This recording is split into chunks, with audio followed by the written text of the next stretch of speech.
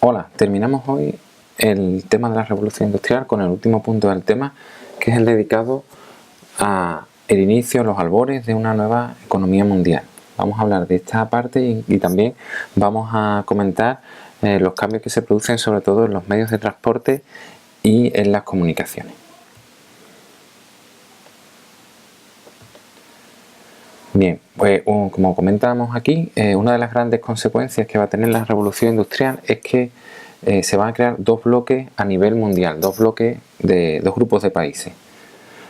Por un lado vamos a tener un bloque de países que van a estar más o menos industrializados, vamos a tener desde los muy industrializados como la zona de Europa Occidental y Central, Estados Unidos, Japón, Australia y Nueva Zelanda, países muy relacionados con el Imperio Británico. Esas son zonas que van a estar bastante bien industrializadas. Y también zonas como Europa del Este y la zona de Europa del Sur, la zona del arco mediterráneo de Europa, que aunque estén industrializados, lo van a estar a un nivel inferior, menos industrializados. Entonces, este sería el primer bloque, países donde la industrialización va a tener importancia, y por otro lado, zonas nada industrializadas o muy poco industrializadas en esa época, que principalmente van a ser la zona del África Negra, el mundo islámico, la India, China y la América hispana.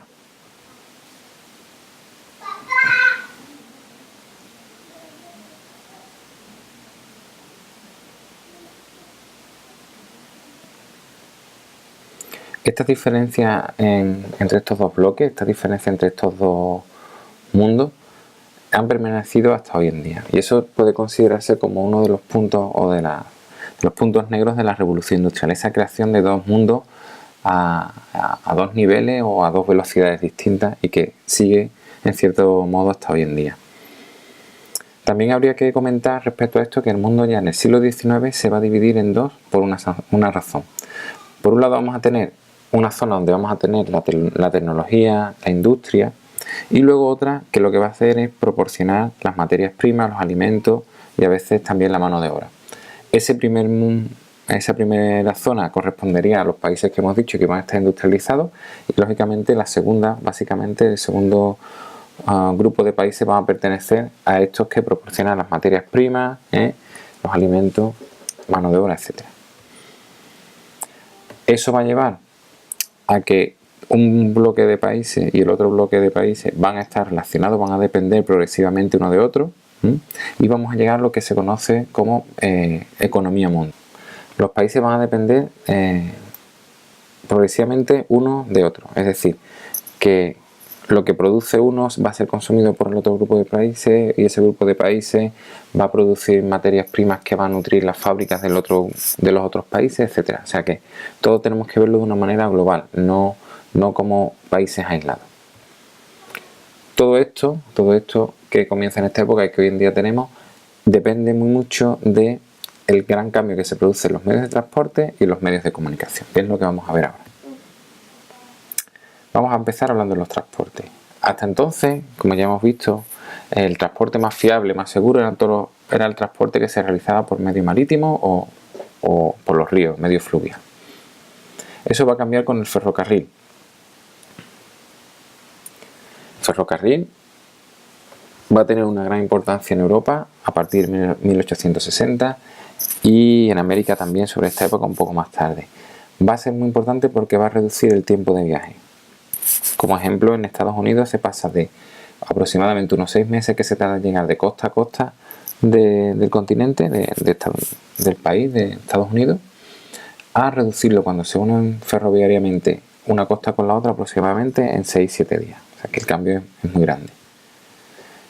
Va a ser la utilización del ferrocarril, va a posibilitar que se creen mercados nacionales, es decir, dentro del mismo país va a poder establecerse relaciones de comercio en zonas, por ejemplo en España, que hasta ese momento era bastante complicado a causa del relieve que impedía el comercio, por ejemplo, con el norte de la península, entre el norte de la península y el sur de la península. Pues el tren consigue ese tipo de cosas, como ejemplo en España, pero también en otros países sucede también, lo cual dinamiza la economía del lugar.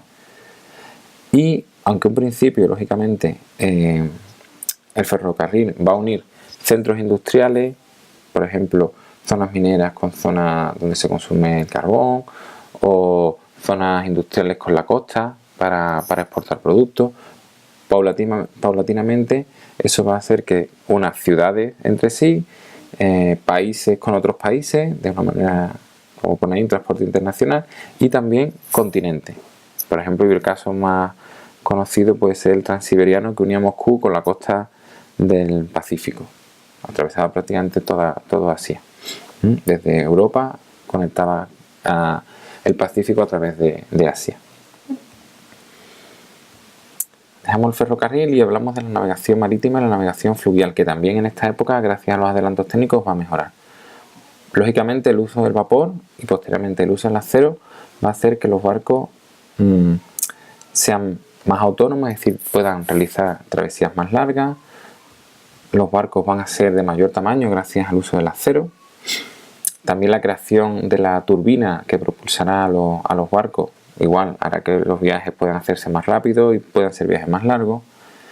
Y este tipo de transporte, estos grandes transatlánticos, estos barcos cargueros, van a ser los que se usen para producir las grandes migraciones internacionales que se van a dar a comienzos del siglo XX.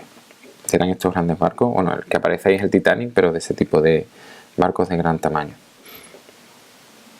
También es importante la construcción de canales, es decir, de vías fluviales que van a conectar la costa con el interior del país, y también es interesante canales como el de Suez y Panamá, que lo que van a hacer es conectar, por ejemplo, el Océano Pacífico y el Atlántico en el caso del canal de Panamá, y el Mediterráneo con el Mar Rojo, y a su vez con una salida hacia el Océano Índico en el canal de Suez, lo que va a hacer que se abaraten y se acorten los viajes. Ya no hay que rodear África por el sur, o para cruzar al otro lado de América no hay que o bien hacerlo por tierra o cruzando hacia el sur del continente, ya simplemente se corta por el canal de Suez y de Panamá.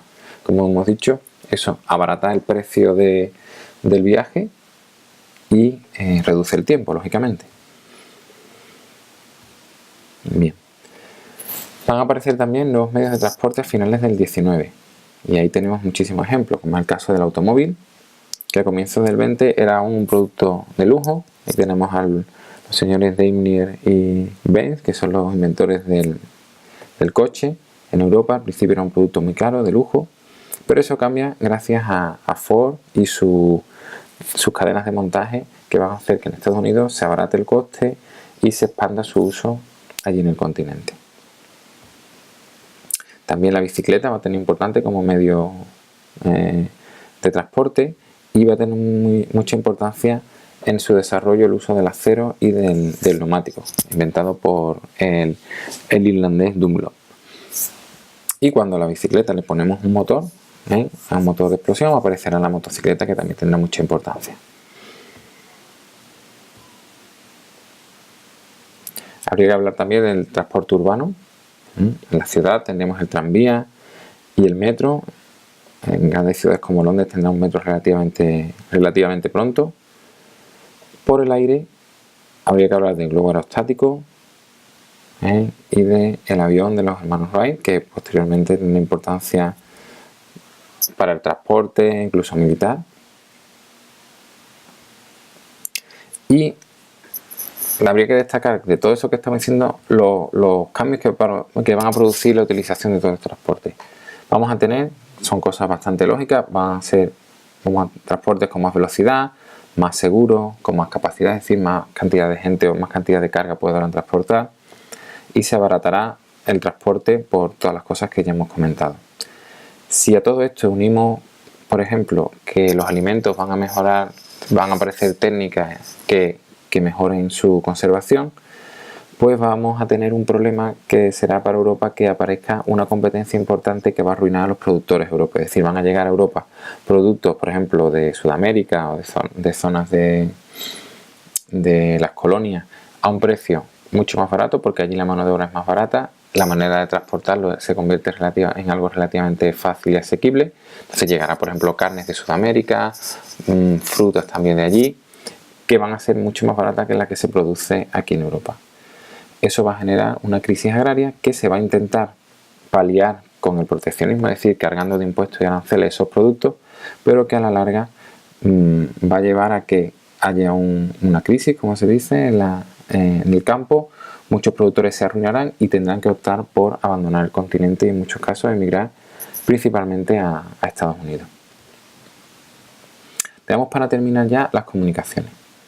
Las principales transformaciones que vamos a tener en el ámbito de las comunicaciones, los principales medios va a ser el correo, que va a ser un servicio público, es decir, el Estado lo va a coger y lo va a convertir eso en un servicio público, y que utilizando estos transportes que ya hemos visto, el tren, el barco, van a convertirse en un medio de comunicación muy rápido, seguro, y la utilización del sello, el sello postal que conocemos hoy en día, va a hacer que sea relativamente barato enviar mensajes, paquetes o dinero. Y a través del sello, la persona que recibe ya no va a ser la que pague, sino es el que envía. El sello, tú, al pagar el sello, estás pagando el servicio y la persona que lo recibe ya no tenía que pagar como era hasta ese momento.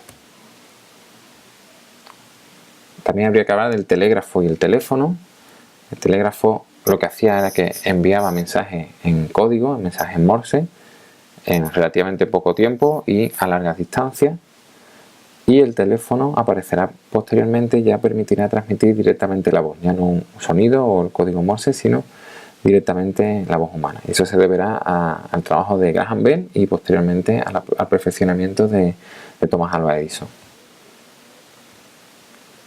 Otros inventos relacionados con las comunicaciones, pues vamos a tener el telégrafo sin hilo. El anterior que hemos comentado utilizaba cable para conectar, pues llegaremos con el estudio de las ondas hertzianas y todo eso, a no necesitar hilo, igual que la radio, el fonógrafo que servirá para registrar sonidos, la fotografía y también el cinematógrafo, es decir, la fotografía en movimiento.